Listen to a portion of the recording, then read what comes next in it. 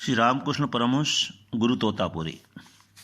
श्री रामकृष्ण परमहंस का जन्म संवत 1889 दिनांक 20 फरवरी 1833 में बंगाल प्रांत के हुगली जिला तहसील जहानाबाद अब आरामबाग के कामारपुर गांव में ब्राह्मण समाज में हुआ था। पिता का नाम खुदीराम चट्टोपाध्याय, माता का नाम चंद्रमणि देवी था। उनका बालपन का नाम गदाधर था। 8 साल की आयु में उनकी शादी जयरामवाटी गांव के रईस रामचंद्र मुखोपाध्याय की सुपुत्री शारदामणि के साथ हुई थी। संवत 1909 में 20 साल की आयु में कलकत्ता में शूद्र जाति की रासमणि दासी ने दक्षिणेश्वर का मंदिर बनवाया और मंदिर में महाकाली और राधा कृष्ण की प्रतिमा का स्थापन करवाया। जान बाजार गांव की रईस रासमणि शूद्र होने की वजह से कोई ब्राह्मण पूजा करने के लिए तैयार नहीं थे। सुतासुत का रोग परम सीमा पर था। उस वक्त गदाधर यानी रामकृष्ण दक्षिणेश्वर मंदिर में पूजा करने के लिए तैयार हुए। रामकृष्ण की पूजा अनूठी थी। जब मौज में होते तब घंटों काली माता की मूर्ति के सामने तल्लीन होकर पूजा करते। जब प्रसाद धराते तब खुद चख लेते थे। जब पूजा का भाव नहीं होता तब मंदिर बंद कर देते थे। उनकी पूजा पाठ करने की वजह से रासमणि से कई लोगों ने फरियाद की, लेकिन रासमणि को दूसरा कोई ब्राह्मण पूजा के लिए नहीं मिलता था। इसलिए जैसी तैसी पूजा तो होती है, उसने स्वीकार कर लिया। अपनी पत्नी शारदामणि के साथ कोई सांसारिक संबंध न था। उनको बिठाकर पूजा भी करते थे। भाव समाधि में इतने लीन हो जाते कि माँ काली के साथ वार्तालाप भी करते थे।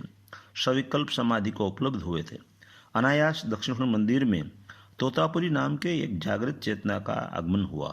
रामकृष्ण की भाव समाधि यानी सविकल्प समाधि उसने देखी। रामकृष्ण सरल भोले भाले व्यक्ति थे। तोतापुरी ने कहा, आप निर्विकल्प समाधि तक नहीं पहुँचे। आपकी इच्छा हो तो निर्विकल्प समाधि के लिए हम प्रयोग करेंगे। रामकृष्ण ने कहा, मंदिर में जाकर माँ से पूछकर आता हूँ। गए तो हाँ में प्रत्युत्तर आया। जब तोतापुरी ने आंख बंद करने को रामकृष्ण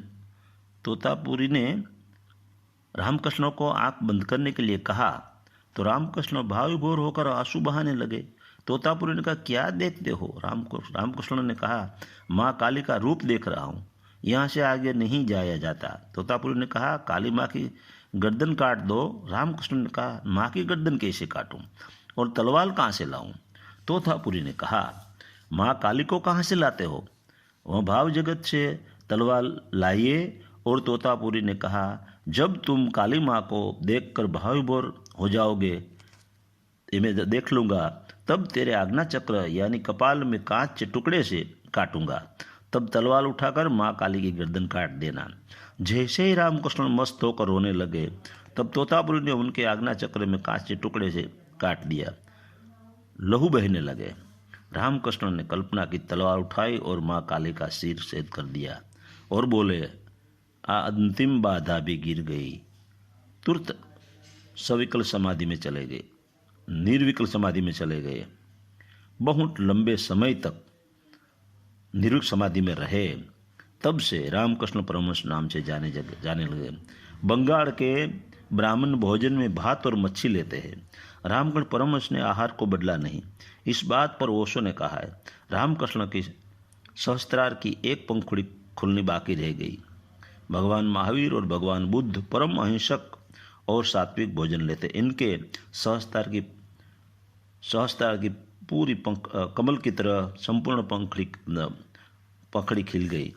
संवत 1942 दिनांक 16 अगस्त 1886 में कलकत्ता में गले का कैंसर होने की वजह से उनका देहांत हुआ। शारदामणि देवों को चूड़ी चांदलो पहनने को कहा और विधवा का वस्त्र नहीं पहनने के लिए कहा। शारदामणि देवी ने वैसा ही किया। जब तक जिंदा रही तब तक परमहंस देव की तस्वीर के सामने भोग लगाती रही, किफायत भोजन करती। उनके लिए परमहंस जिंदा थे। रामकृष्ण परमहंस के प्रमुख शिष्य विवेकानंद थे। उसके बारे में आप सब जानते हैं। अब परमहंस की अमृतवाणी सुनाता हूँ। 1. पंडित और संत में बहुत तफावत है। पंडित केवल ज्ञान चर्चा ही करना जानते हैं, उसका मन कंचन और कामिनी से बंधा रहता है। साले पंडित बोलते हैं कुछ, करते हैं कुछ। संत की बात ही अलग है, उनका चित्त ईश्वर में लीन रहता है, वचन के अनुसार उनका आचरण होता है। 2. स्थूल शरीर यानी अन्नमय कोश, प्राणमय कोश, मनोमय कोश, विज्ञानमय कोश और कारण शरीर यानी आनंदमय कोश, यह पांचों कोशों से पर ओमकार का नाम निर्विकल्प समाधि है। 3. केशव चंद्र को लक्ष्य में रखकर परमहंस ने कहा, ईश्वर का साक्षात्कार साधक को यह कारणों से नहीं होता। लोगों से मान प्राप्त करने की अपेक्षा, 2. आगेवान होने की इच्छा, 3. विद्वान वक्ता और गुरु होने का लोभ। ईश्वर का दर्शन कराने की वजह, दर्शन देने में रस होने की वजह से साक्षात्कार नहीं होता। 4. साधु संतों के चित्र घर में रखने से फायदा होता है। सुबह से जब आप नींद से जागते हो तब साधु संत के चित्र का दर्शन करना लाभप्रद है। सुबह में यदि कोई जागृत संत के दर्शन हो जाए तो उत्तम। 5. जिसने प्रभु का सच्चा प्रेम जाना नहीं है, वही वैभव के लिए आतुर होते हैं। सच्चा भक्त कभी भी वैभव को मांगते नहीं, उनकी इच्छा भी नहीं करते। 6. बड़े लोग धनवान, कुत्ता, सांड और शराबी के साथ व्यवहार करते समय सावचेत रहना।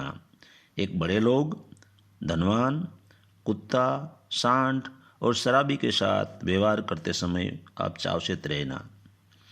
7. संसारी लोग मक्खी जैसे हैं, कभी मिठाई पर तो कभी गंदगी पर बैठते।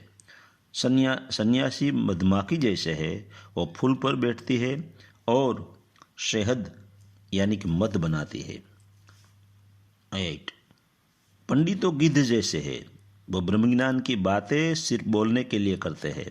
जैसे गिद्ध पक्षी ऊंचे उड़ान भरते हैं लेकिन उनका ध्यान मरे हुए पशु के मांस पर होता है, ऐसे ही पंडितों का चित्त कंचन और कामिनी में रमण करता है।